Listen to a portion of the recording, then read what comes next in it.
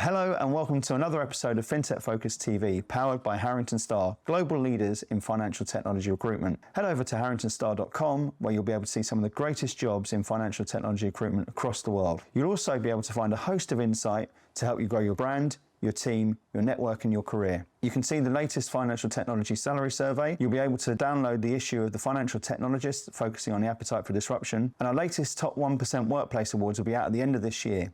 If you work for a company that's a great place to work in financial technology, we want to hear from you. Enjoy the show, and I'll see you soon.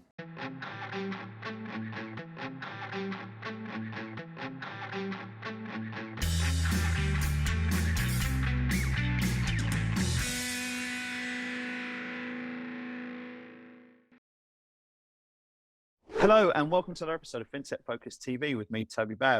Today, I'm very excited to bring onto the show two people who I've known for a long time, haven't seen for a long time, but they have recently landed in an exceptional company. And it is my absolute pleasure to have on the show for the first time, Omar Dapul and Tim Ferguson. How are you doing, guys? Very well. Thank you for the introduction. Was that mainly for Omar, or was it for us both, really, that introduction? Well, I called you when we were talking about this Ant and Deck, the Ant and Deck of FinTech. I'm going to say you can't have one without the other on that one. It's just an absolute joy to have caught up with you for now you're over here. We haven't spoken for a little while, and hearing a little bit about the business, which we're going to unlock in a bit, talking about why you joined. It's what, about 8 weeks in since you started this adventure over at CARDO AI. So we're going to find out a little bit about the business. We're going to find out about the company, what makes it an exciting company, why two people like you could have chosen anything in the world. You've chosen something there obviously for a reason. So we want to find out what it's all about. We'll go into AI, the clues in the name, and find out a little bit about that. So we've got lots and lots to chat about today. But before we get into all of that, I can't think there's too many people that haven't heard about you guys. But kick us off. Omar, tell us a little bit about who you are and where you come from. Yeah, no problem, Toby. So I have 25 years of experience in FinTech. Started out doing various projects with Procter & Gamble, with Sony, with Accenture. And then I joined a company back in 2011 called Black Mountain Systems. I was the first non-US employee, opened up the London office. That was the start of my FinTech journey. And one of my first hires was actually Tim, who joined us to head up the sales effort at Black Mountain. We had a great time, played a little ping pong, sold a little software. We were then acquired and merged into another company to form Allview Systems. And then after Allview, moved to Singapore, which is where I'm currently based, although I'm recording this from the Philippines. And then left Allview, subsequently found an opportunity to join CARDO, which again, we'll get into. Absolutely. But that's my experience. Really enjoyed the whole journey so far. Fantastic. And you're not a million miles away from that journey as well, Tim, right?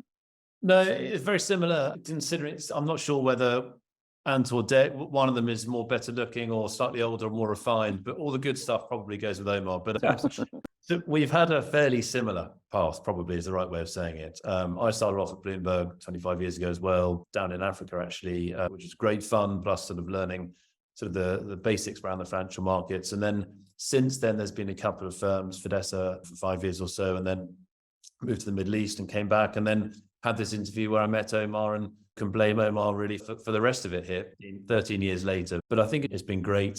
I think what we've just started can easily equal that. So it's an exciting time really now. Absolutely. And talk to us a little bit about it. We're going to go into the whole concept of what you guys are doing a little bit later on, but give us the sort of elevator pitch about CARDO AI, who you're helping, what you're doing, and what the business is all about. Okay. I'll go now because officially I'm in sales, so I should be able to do this, but actually I'll make a number of pitfalls and Omar will jump in as he normally does. So in terms of the elevator pitch, it would be along the lines of, we're a modern big data technology company that has one platform that is able to bring together the entire securitization ecosystem, so sell side, buy side, and services administrators, all together to make better sense of data that wasn't possible previously because the technology wasn't able to provide that level of granularity or transparency or efficiency. And that's what CARDO does. We've got this modern tech that we believe strongly can not only bring more people a better understanding around the securitization space, but actually able to better execute their day. And it's an Italian business originally, if I'm not mistaken, right? Yeah, very much. We've become cool now, and the head office is in Milan, Toby, and so we've suddenly got good suits and better shirts and all the rest of it. As I can see. Yeah, thank you. Glad the prep worked. So yeah, Omar's officially based in Singapore. I'm officially based in London. Obviously, everyone works remotely nowadays and is wherever they need to be. But the head office is based in Milan. We've got a dev and sort of software engineering center out in Tirana in Albania. And then we've also got in Pristina and Kosovo, sort of an extension of the Albanian team as well. So that's where we're based for now. We've got grand global plans, as you'd hope and expect. That's the Really? current state of play. Fantastic. And we alluded to this beforehand, Omar, that there was you've gone in there and gone on an amazing journey with BMS and then into Allview, et cetera, et cetera. And there have been options at that sort of stage. The market's been pretty buoyant over the last couple of years. You guys have got a great track record, CV story about everything you've achieved so far. So, coming into it, you want to choose right, and you want to choose a good company, and continue that sort of story that you guys have been on. Talk to us about what leapt off the page. What made it such a compelling, I guess, easy decision to join CARDO AI? Yeah, thanks. And you alluded to this quite well, I thought. It was a very good time at Black Mountain. We certainly had a ton of fun. I think what's always stood out for me about that time was the people I worked with, some incredibly smart, the depth of knowledge of people, which they wore very lightly as well. They weren't too precious about it, but the caliber of the people who started that company, I thought was very hard to find. And long story short, I found it here as well, met the founder. It's worth saying that neither of us have founded this company, so we're coming into it with outsiders' eyes as well. But the talent that they have and the people that have started this company are on another level. They are practitioners of securitization, so they know the market inside out. Quite naturally, they're quite deeply technical as well. But I think the real reason and the only reason I think that I joined was I could sense that this was a company that was fun, that really believed in its mission, and that these were people that I could work with for the next 10, 12 years, as I've done in my previous role. So I think it's all about the people. I'm sure you get some version of that response all the time, but I do honestly believe that there were several times when I could have joined a firm that had similar growth potential. I think you have to have fun. I think you need to know that the people that you're working with are people who enjoy your company and they enjoy yours. You have something to learn from them as well. And yeah, I saw all of those things and more in this one. I think that's such an important aspect, isn't it? And if I go back to you and actually the times I had however many years ago with the founders of your business, it was always just a hoot. It was great fun. And I remember looking at it and talking to you guys about the parties that were had and the away trips and all that sort of thing. It was a very special sort of culture that was built in at that sort of time, I think. And I think when you see that now, it must be an even more compelling thing to get because you've seen it and tasted it, which not everyone gets in their career, right? There's certainly an element of nostalgia in this journey as well, Toby. So maybe just to expand a little bit on those, Black Mountain was always a very tightly knit group. I'm still in touch with a lot of those people. The offsites were legendary and in the market. I'm sure a few of your listeners have heard about them, but we always did it not because it was a recruitment tool or anything like that. We genuinely enjoyed each other's company. We would fly to see each other across continents. The whole London office would fly to Mexico. And we'd all have a great time. And again, there's a similar dynamic here. The company's still small enough and close-knit enough that everybody sees everybody, everyone knows each other's name. And again, it's that sense of fun, all of the usual FinTech perks, ping pong table, espresso machine, all of these things. But it's still the people. And you see there's an energy, I think, in a smaller firm, which again, I love, and I'm sure Tim does as well. Yeah, it gets exciting, doesn't it? And Tim, you mentioned actually before we came on, you asked me a question I think it was quite interesting about do I enjoy what I do, which I've been really fortunate to explain why that I've always spent nearly a quarter of a century really loving what I do as a job.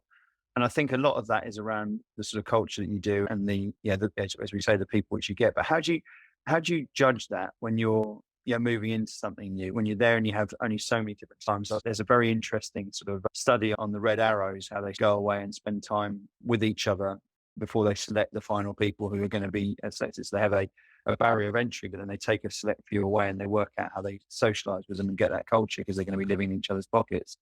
I guess during an interview process, it's not quite as easy to do that. You're 8 weeks in, so you'll be forming a little bit more. But what was it? What was the special sauce with CARDO AI that had you thinking, yeah, this is going to be the same sort of journey, the same sort of people, the same sort of sense of that you had before? It's incredibly difficult. And there's an element of, we're all schooled now and trained in the sense of you've got to ask a number of different open-ended questions to really find what's unlocking that person. What makes them that person? And actually, are you going to that person that is unlocked? And actually, On the flip side, when you're unlocked and less professional or dare I say it, more informal, actually, and when they're the same, are you then going to bond? Because you can bond in a professional manner, but then are you going to bond outside of things? So, and then if you then think, actually, I see value in this for a number of years. Certainly the founder does, clearly. So we've got to like us. We've got to like each other for a long time here. This is not just a short-term date here to just try and get a few metrics done.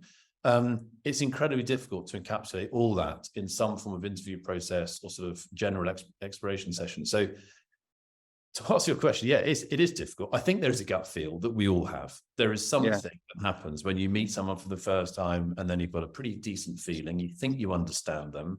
I would say, going back to the Black Mountain days, one of the founders was a surfer, and I've surfed all my life. And so I thought, okay, fine. So that's his sort of lifestyle. I might have an understanding of what makes him tick.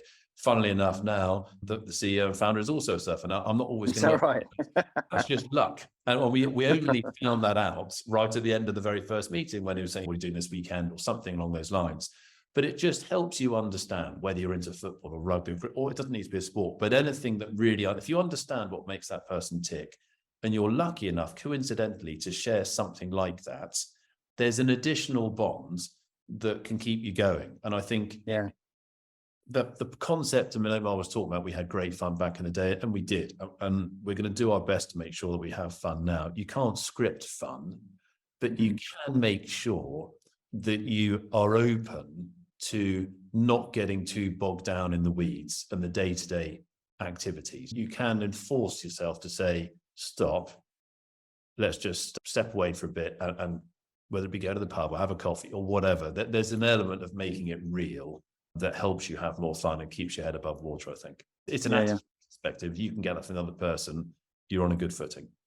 I think that chemistry is an increasingly important part of it. And I'm fascinated with this because I think the retention industry is diabolical by and large. And I think there's people who go into it to take a job or chase a salary, et cetera, et cetera. And I think in software development, there's a statistic where the average tenure at the moment in software development is 1.2 years, which is extraordinary. And when you look at the sort of longevity that you guys have both had and very much clearly are hoping to have again moving into this business, do people give enough sense around that sort of environment and that sort of chemistry and all those things around it? Because Omar, you said something when we were talking beforehand about what makes a good fintech.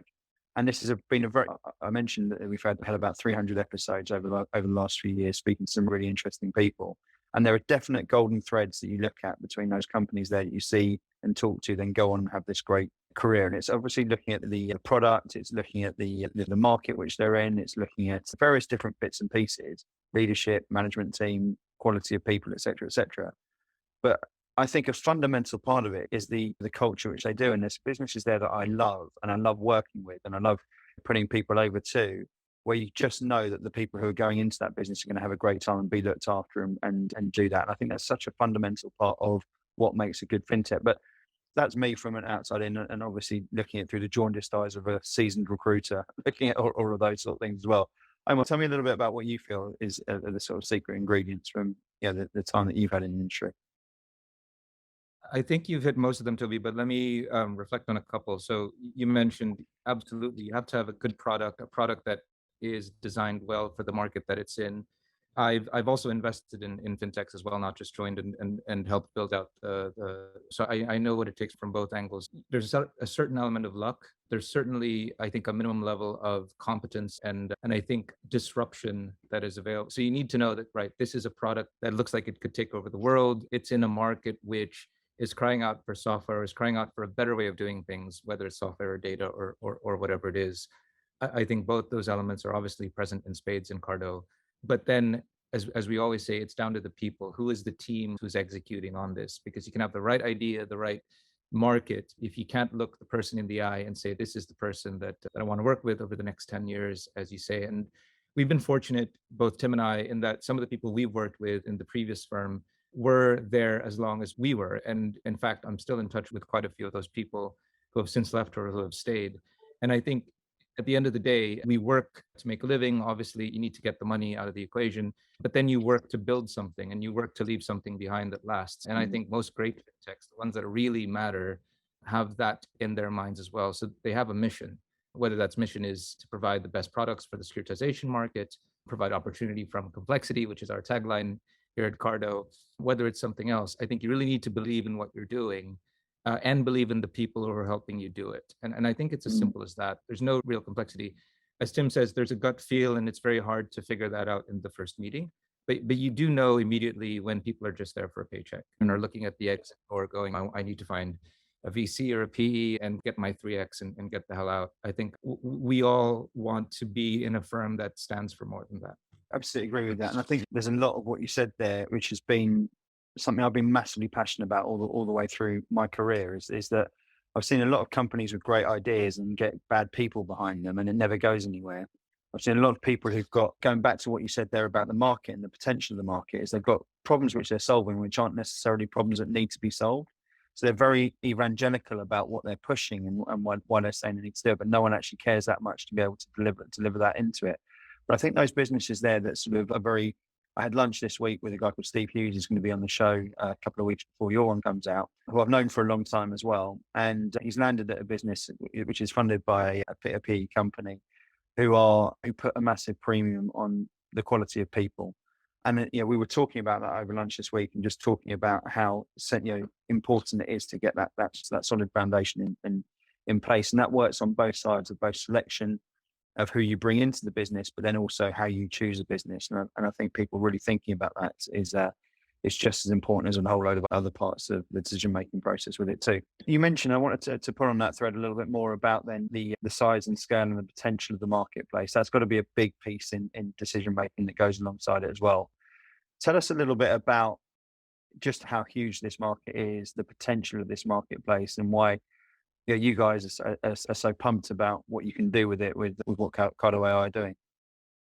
I'll give it a go to start with. It's just that the structured finance market is vast. It's growing. The forecast numbers are almost quite scary in the sense that at some point everything's going to be securitized, regardless of the underlying asset, because as technology is able to securitize ever wider pools of assets, whether it be starting off with mortgages or car loans or credit cards or receivables or anything, then more investors are going to be interested. And then more ancillary companies around the side are going to be needed to service it. And then there's going to be data analytics on top of that to give those investors a better understanding. And it's just going to be this sort of perpetual ability to find value in these vast big data sets. And at some point, technology is going to be needed to make sense of that. Up until recently, I don't think the technology was available. Certainly big data technology that we now understand that is big data, true big data. Then if you then couple that on top of lots of different types of machine learning, and then really what AI can bring on top of that, both today and then how AI is going to develop on top of that in the years to come. That's why we're excited, because we see an opportunity that actually couldn't have been filled in the past, but there was a need for it. And the only other way that people could provide a sort of a plug for that was just hire more people and bury people in ever more internal systems or Excel spreadsheets or whatever it might be. No one wants that. None of us want that in a day-to-day business. So if there is an opportunity to ensure that the bits that can be more efficient and automated happen just out of sight, you trust that data that then comes to you to then make an actual decision on that a bot can't make that decision right now, then actually, then we're bringing value to these big banks or to the investment managers or to the services, ultimately to help grow the market, because the more efficient we make it, the more it can grow.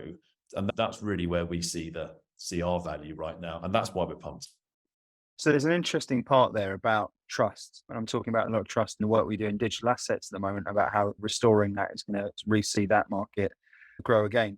But I think AI has a similar sort of trust issue as new and emerging technology. So when you were talking there about hiring more people and diving into the data, there is an awful lot of human error that can come into that, as we've seen through some of the biggest crises in I guess, financial markets history have generally come around human error and chasing that error afterwards. When I'm speaking to the sort of more cynical bankers who I know, and if they're listening, they know who they are. But what I regularly hear back from them is, the problem with for example, they're talking about the widespread use of ChatGPT as an example, is approximately right, isn't good enough in financial markets. And I think there's still that sort of reticence, which you hear sometimes in some of the financial institutions, which I'm sure you probably have come up against or certainly will consider, that gives people that sort of conservatism that took, which is why it took so long for cloud and SaaS to really take off within the market at the same sort of time. So when you're looking at that sort of thing, for me, it's fairly obvious that you're going to get a hell of a lot more if you combine man and machine together, or human and machines, I should say, together. That's where you can get a hell of a lot better and closer to the accuracy of it. And I think, Omar, we were talking beforehand about the whole concept of reinforcing what you're good at is being part of this whole journey. Tell us a little bit about your view of the world of AI. Yeah, absolutely. I think first off, it's important to clarify to the listeners. So when we talk about AI, and CARDO AI has existed since before the current interest in large language models like ChatGPT. Some of the press, or a lot of the coverage right now, has been with the ChatGPT, Bard, etc. That's not the AI that CARDO leverages. We are doing some projects with ChatGPT, but our main focus has been more on traditional data science and getting insights from data using AI technologies. And when we speak about AI, we're talking about machine learning, adversarial networks, the really traditional, if you can call AI traditional. The traditional business of AI has been training machines to do repetitive, time-consuming tasks in a much higher quality way. And so this speaks to some of your listeners' concerns around human error and then just sifting through large volumes of, let's say, credit card debt. There's in our marketing material, we talk about, we have around 15 billion unique data points already in our platform. And the reason we can do that is, as Tim says, the technology exists to do that today. How did we get those 15 billion data points? We used AI to help us learn how to ingest large books of loans from originators, both bank and non-bank originators, who are providing these in their raw form. They're not massaging or cleansing the data in any way, shape, or form. We just take the tape. Our AI tools help do a lot of the cleansing, and then it goes into the software. So it's the starting point for a lot of what we do is AI, machine learning technologies. Now, on top of that, we have we have a large data science team, all with multiple PhDs, all far smarter than myself or Tim combined. They understand how to use Different data. skills, different. It's a different. Come on, Omar. You can say it like yourself. I mean, my next job's in data science. I did not know that. So what they do is they then take these data sets. So for example, we have the full European data warehouse data set of every ABS, public ABS securitization that's ever been done in Europe. We take that data and then we do analyses of the data. So some of the analyses are, for example, what is the probability of default of a certain subset of the European market? That could be geographical, it could be sector-based, it could even be the vintage of the ABS that it was put into. So, and then coming out of those are actual insights. So we talk about human and machine.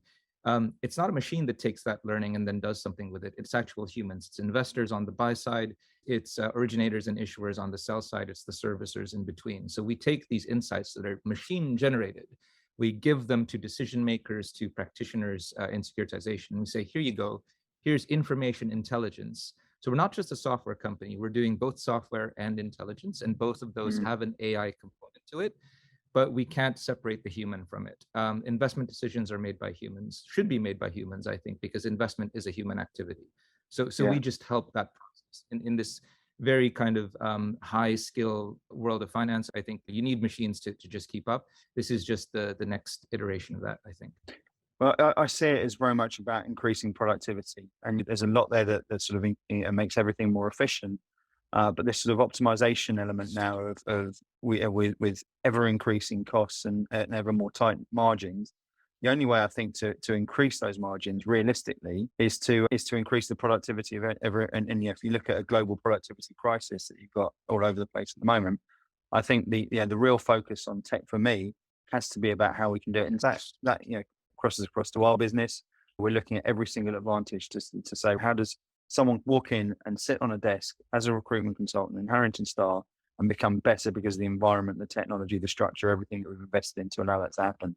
I think that translates across to every single business that it should be about. If we want to increase our margins, if we want to increase everything that we're doing, we've got to make everyone more productive from it. And that to me is the golden opportunity of where that comes into it. Tim, you also mentioned something beforehand about the, I wrote this down because it sounds like Indiana Jones to an extent, one of the last untapped areas of FinTech. So you're talking about securitization as that sort of area. Talk to me a little bit about that as well. I think I'll refrain from, or at least I can't think of a really good Indiana Jones analogy right now, but it'll come. Just give me a minute. But so I suppose every FinTech wants to disrupt the market in some way. And is that because of technology, that they've developed something and the combination of that is better than anything else that exists? Or is it a fact of timing and that the market regulations have opened up, which enable certain other things to happen downstream, and then the company pops up? Or is it perhaps something huge like the combination of, this is what I think, big data plus the AI examples that Omar was talking about, and the evolution of those as well, because AI is going to change. None of us were talking about it 2 years ago. And so what we're going to be talking about in 2 years' time, the evolution of that, who knows? But you've got to be prepared to second guess that. And so the stuff that you build back now into, we have a microservices architecture, we think we are future-proofing the likely operating model that will underpin big banks and investment firms in the structured finance market in the future. And the untapped aspect is the fact that the structured finance market is vast to start with. We think it's only going to get considerably bigger to some extent, not regardless of interest rates, but there's an element to saying that this market is going to grow. And the wider number of assets that can be pooled and structured and invested in is going to grow exponentially as technology allows it. And so the untapped comment was, if it's going to grow anyway, technology is going to just progressively enable us to match that growth and constantly find more ways of, whether it be going to investment managers and helping them increase their profit margin, showing them where they can cut costs on efficiencies, not by people, but by other areas within their operating model that technology can allow. That's the exciting bit. You don't always have this. There'll be some clever chart somewhere that shows the evolution of big game-changing technology, and then suddenly X number of fintechs proliferate every 10 years or something like that, for example, that can really make a difference. I feel that point is now, specifically with the structured finance market and securitization markets generally, with what we've got. That might be marketing. It sounds a little bit when I'm saying it, but there wasn't opportunity beforehand. The market's vast. So that's why it's untapped. We have to do our best to try and put that all together into a package that makes sense for people. So it's untapped, as Tim mentioned. I think also there's an element of timing here. We are now in uncharted territory in terms of interest rate. Again, we are in a credit market. Our focus is on securitizations of various different underlying credits. We have to remember that car loans, home loans, mortgages are now in a world of 6% base rates as opposed to 0% base rates. So the driver for securitizations is risk management and regulatory capital for the banks, and its performance and finding the right pool of assets to participate in for the buy sides. It's never been more difficult, I think, because we've just gone from 0% free money, fill your boots, write as much credit as you want, to actually we now have to decide whether this loan is better than that loan. In a vacuum, I would say that a lot of the securitization market, both buy side and sell side, have had it easy over the last 10, 15 years because they never had to think about rising interest rates. Now they have, and that just makes all their decisions much harder.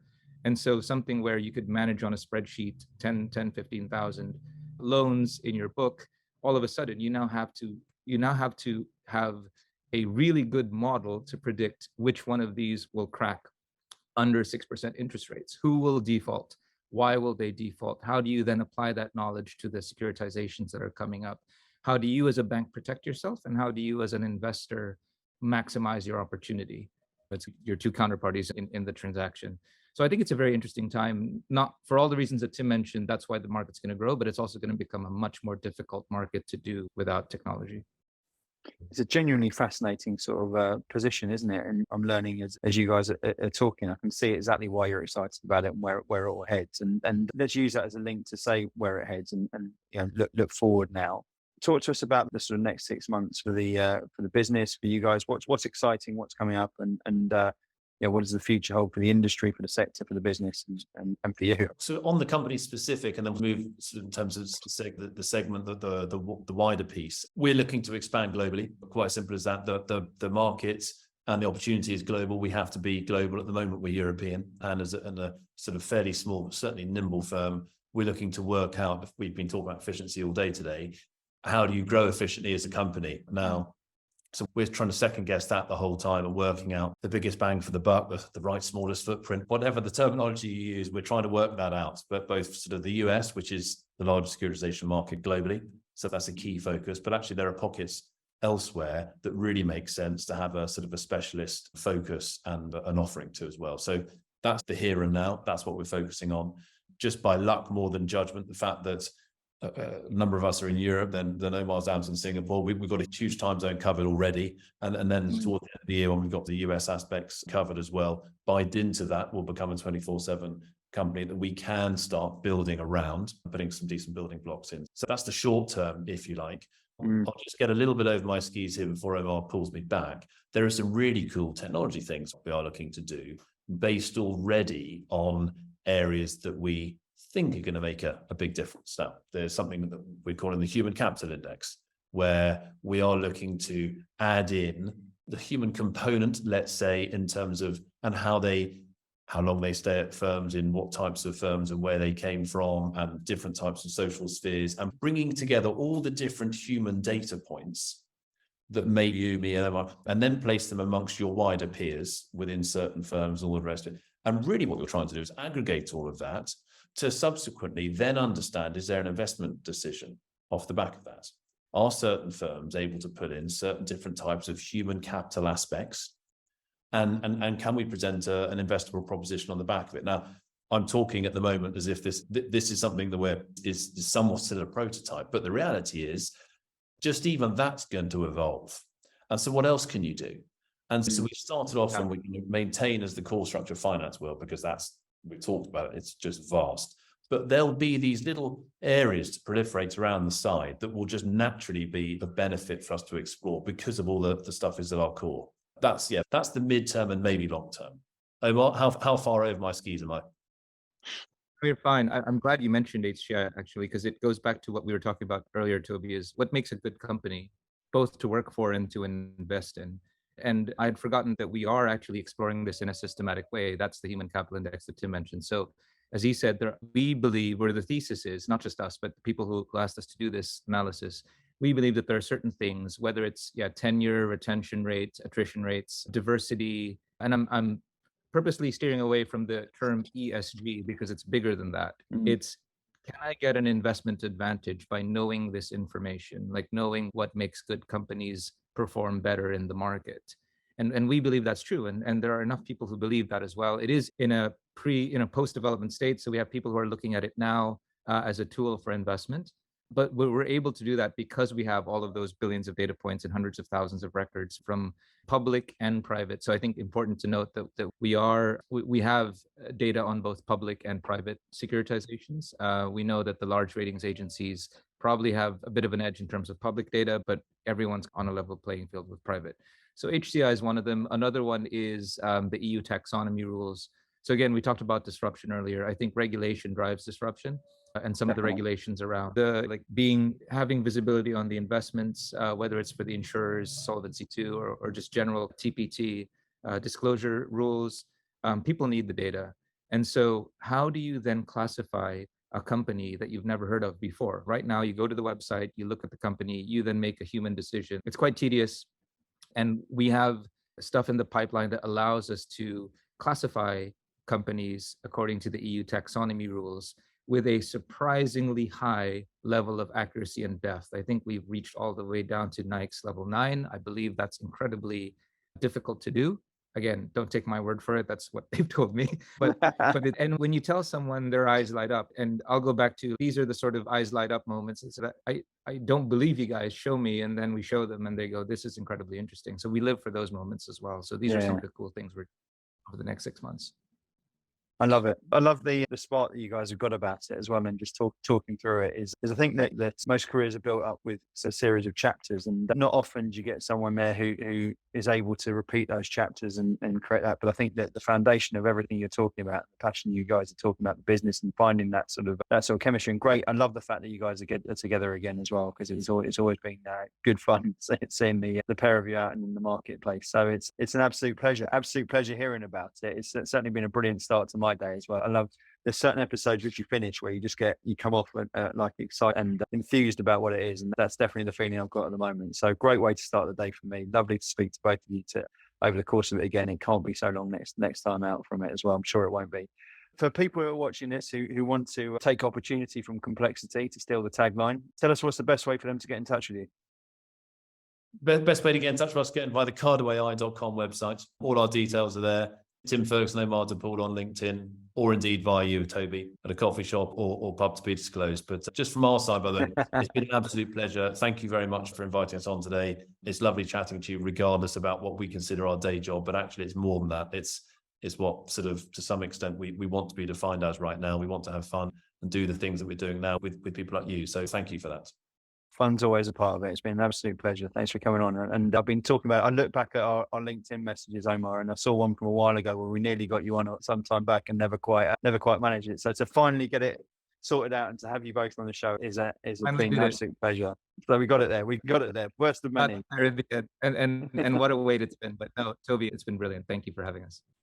Superb. Well, I hope the rain clears up in the Philippines and enjoy your time out there. And Tim, yeah, next time you're up and in town, we know what we've got to do as well and get Alex out. Is the next part of it, the next part of it too. So, absolute pleasure, gentlemen. I'll leave you to it, and thank you all for watching. We will see you soon on another episode of FinTech Focus TV. Thanks a lot.